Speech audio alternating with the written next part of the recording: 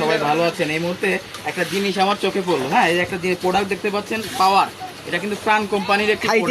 ঠিক আছে, খাইতে আসছি তো দোকানদার আমাকে পাওয়ারটা দিল। দেওয়ার পরে একটা জিনিস আমি খেয়াল করলাম যে ক্যানের উপরে কেমন যেন একটা পলি পলি আস্তরণ মনে হচ্ছে। তো আমরা এখন এটা একটু কেটে দেখবো যে আসলে ভিতরে কি আছে। আসলে কোম্পানিগুলো ভোক্তার সাথে কাস্টমার সাথে কি পরিমাণ দুই নম্বরই করে বা কি পরিমাণ ঠকায় এবং কি পরিমাণ এরা বাটপারি শুরু করছে, আমরা বাটপারি দেখবো। কিন্তু পাওয়ার আপনারা দেখতে পাচ্ছেন প্রাণ কোম্পানির একটি প্রোডাক্ট। তো দেখেন, এই দেখেন সিঙ্গারার মধ্যে আলু কিভাবে ঢুকছে দেখেন। আপনারা দেখেন, এটা একটা ক্যান, প্রাণ কোম্পানির ক্যান। এটা দেখেন, এটা পিচ আইস টি, এটা একটা পিচ আইস টি ক্যান। এটার উপরে পলিথিন ব্যবহার করে একটা একটা লেবেল বানায় এটারে পাওয়ার ক্যান বানায় ফেলছে। এই হলো প্রাণ কোম্পানির অবস্থা।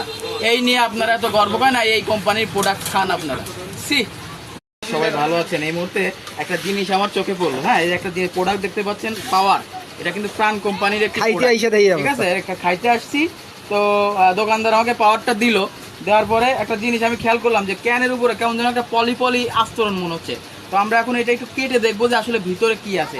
আসলে কোম্পানিগুলো ভোক্তার সাথে কাস্টমার সাথে কি পরিমাণ দুই নম্বরই করে বা কি পরিমাণ ঠকায় এবং কি পরিমাণ এরা বাটপারি শুরু করছে, আমরা বাটপারি দেখবো।